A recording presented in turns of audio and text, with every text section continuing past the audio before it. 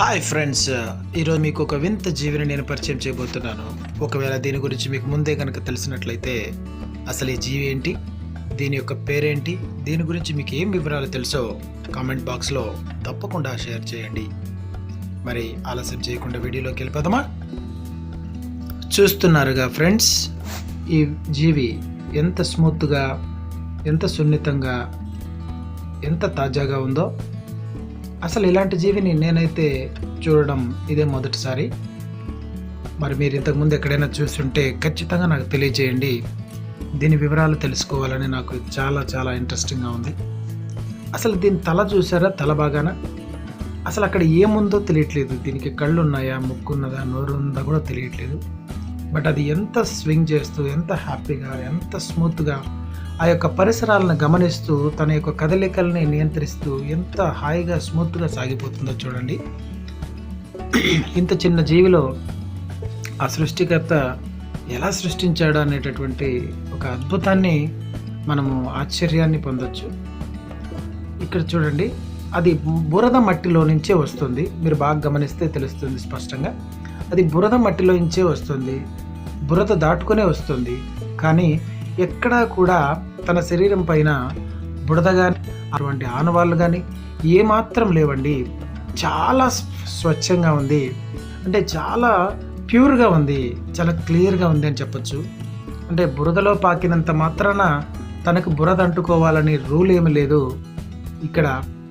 దీన్ని బట్టి నాకు అర్థమవుతున్నది ఇంకొక పాయింట్ ఏంటంటే, మనం ఎక్కడున్నామనేది కాదు ముఖ్యము, మనం ఎలా ఉండాలనుకున్నామో అలా ఉండడానికి ఖచ్చితంగా వీలవుతుంది.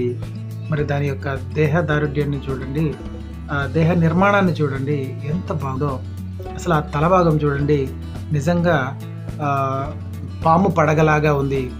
ఓవరాల్గా దాన్ని చూస్తుంటే నాగుపామే వస్తున్నట్టుగా ఉంది. కొన్ని యానిమేషన్ చిత్రాల్లో మనం చూసినట్లయితే ఇలాంటి మూమెంట్స్ని మనం గమనించవచ్చు. కానీ ఇది యానిమేషన్ కాదు ఫ్రెండ్స్, రియల్గా తీశాను, మొబైల్తో తీశాను కాబట్టి షేకింగ్ అనేది వస్తుంది. సో చూడండి, దాని యొక్క తోక భాగం వెనకాల నుంచి ఒక జిగురు లాంటి పదార్థాన్ని అది విడుదల చేస్తూ వస్తుంది. మరి ఇదంతా బాగా స్పష్టంగా గమనించగలరు. ఇలాంటిది మనము నత్తల జాతిలో కూడా గమనిస్తూ ఉంటాం. అలాంటిదే ఇక్కడ కూడా ఒక జెల్ లాంటి, జిగురు లాంటి పదార్థాన్ని అది విడుదల చేస్తూ వెళుతుందనమాట. అది చూడండి ఎంత స్మూత్గా, సాఫీగా సాగిపోతుందో. దాని యొక్క గమ్యం ఏంటో మనకు తెలియదు, దానికి మాత్రమే స్పష్టంగా తెలిసినట్లుంది. అందుకే నేను దాన్ని ఎక్కడ కూడా డిస్టర్బ్ చేసే ప్రయత్నం చేయలేదు. ఎందుకంటే దాన్ని డిస్టర్బ్ చేసే హక్కు, అధికారం నాకు లేదని అనిపించింది. ప్రకృతి ఎంత అందంగా ఉందో, ఎంత వింతగా ఉందో మరొకసారి చూసి తరిస్తారని నాతోటి మిత్రులందరికీ, నా సబ్స్క్రైబర్స్ అందరికీ, వ్యూవర్స్ అందరికీ కూడా కనువిందు కలిగేలాగా ఉంటుందని, ఆశ్చర్యాన్ని కొలిపేలాగా ఉంటుందని ఈ ప్రయత్నం చేయడం జరిగింది. నిజంగా చూడండి, ఇది నేలపైన వెళుతున్నా కూడా నేను క్లోజప్లో తీసే ప్రయత్నం చేస్తున్నాను. ఇది సుమారు 15 సెంటీమీటర్లు, అంటే అది చిన్నగా కొంచుకున్నప్పుడు చాలా చిన్నదిగా ఉంటుంది. తర్వాత సాగిపోతున్న కొద్దీ 15 సెంటీమీటర్ల పొడవు ఉండడం నేను గమనించాను. ఆల్మోస్ట్ 15 నుంచి 17 వరకు కూడా ఉండొచ్చు, బట్ ఎగ్జాక్ట్గా తెలియదు. బట్ చూడండి ఒకసారి, నేను చాలా ఆశ్చర్యపోతున్న విషయం ఏంటంటే దాని యొక్క తల భాగాన్ని స్పష్టంగా గమనించండి. ఆ తల భాగం దగ్గర అది చేసేటటువంటి ఆ కదలికలు అది ఎంత అద్భుతంగా ఉన్నాయో, చాలా చాలా అద్భుతంగా ఉన్నాయి. సో చూడండి ఫ్రెండ్స్, ఇలాంటి విచిత్ర జీవిని మీరు ఎప్పుడైనా చూసారా? మరి చూసి ఉంటే ఖచ్చితంగా దాని వివరాలు తెలియజేయండి. మీకు తెలిసి ఉంటే కనుక నేను దీని గురించి తెలుసుకోవడానికి చాలా ఇష్టపడుతున్నాను. అలాగే మీ అందరూ మీ ఫ్రెండ్స్కి, వాళ్ళ ఫ్రెండ్స్కి అందరికీ కూడా షేర్ చేయండి. ప్రకృతి ఎంత అందంగా ఉంటుందో, ఈ సృష్టి ఎంత విచిత్రమైనదో. దీంట్లో మనం చూస్తే ప్రతి అణువు చాలా చాలా అద్భుతంగా కనిపిస్తున్నాయి. ఆ యొక్క తల భాగంలో అసలు దానికి మెదడు ఎక్కడుంది, ఆ తెలివితేటలు ఎక్కడున్నాయి, ఏం అర్థం కావట్లేదు. ఒకసారి చూడండి, దాని యొక్క కదలికలు ఎంత ఆశ్చర్యాన్ని గొలుపుతున్నాయో. అది నేలపైన పాకుతుంది, కానీ ఎక్కడ కూడా మలినాన్ని అంటించుకోకుండా స్వచ్ఛంగా, ప్యూర్గా అలా లావా పొంగి ప్రవహిస్తున్నట్టుగా ఉంది. అంత క్లియర్గా ఉంది. నిజానికి నా కెమెరా యొక్క రెజల్యూషన్ చాలా తక్కువగా ఉంది. నిజానికి 4K మొబైల్లో కనుక తీసి ఉన్నట్లయితే, లేదా DSLR కెమెరాలో కనుక దీన్ని బంధించినట్లయితే చాలా అద్భుతంగా ఉండేది.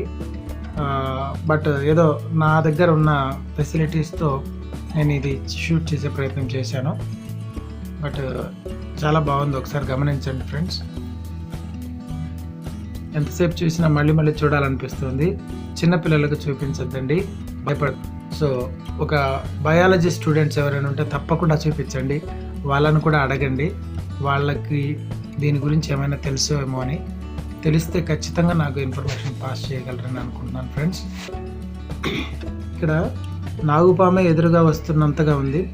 నిజానికి నేను చాలా ధైర్యంగా తీసానేమో అనుకుంటుంటారు, అలా ఏం లేదు. అది మనల్ని ఏమి చేయదనేటటువంటి ఒక చిన్న కాన్ఫిడెన్స్తోనే అంత దగ్గరగా వెళ్ళగలిగాను. నిజానికి నాకు కూడా ఒళ్ళు జల్లనింది అది తీసేటప్పుడు. ఒకసారి చూడండి. Thank you very much for watching. దీని పేరు ఏంటో మీకు తెలిస్తే తప్పకుండా తెలియజేయండి friends. Thank you very much for watching this video. Hello, like చేయడం, షేర్ చేయడం, సబ్స్క్రైబ్ చేయడం, బెల్ బటన్ నొక్కడం మాత్రం మర్చిపోకండి. మళ్ళీ ఇంకో వీడియోతో వస్తాను. బాయ్.